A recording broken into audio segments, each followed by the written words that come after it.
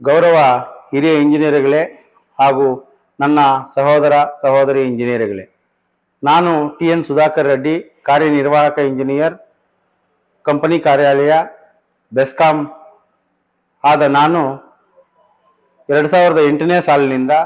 ಕಾವಿಮಾಂ ಇಂಜಿನಿಯರ್ಗಳ ಸಂಘದಲ್ಲಿ ಸಕ್ರಿಯವಾಗಿ ತೊಡಗಿಸಿಕೊಂಡಿದ್ದು 4 ಬಾರಿ ಚುನಾವಣೆಯಲ್ಲಿ ಗೆದ್ದು CEC ಸದಸ್ಯನಾಗಿ ಹಾಗೂ ಪದಾಧಿಕಾರಿಯಾಗಿ ಕೆಲಸ ನಿರ್ವಹಿಸಿದ ಅನುಭವ ಇರುತ್ತದೆ. ದಿನಾಂಕ 29/11/2025 ನಿಗದಿ ಆಗಿರುವ ಚುನಾವಣೆಯಲ್ಲಿ ನಾನು ಅಧ್ಯಕ್ಷ ಅಭ್ಯರ್ಥಿಯಾಗಿ ಸ್ಪರ್ಧಿಸುತ್ತಿದ್ದು, ಮಾನ್ಯ ಸದಸ್ಯರಲ್ಲಿ ನಾನು ವಿನಂತಿಸಿಕೊಳ್ಳುವುದೇನೆಂದರೆ,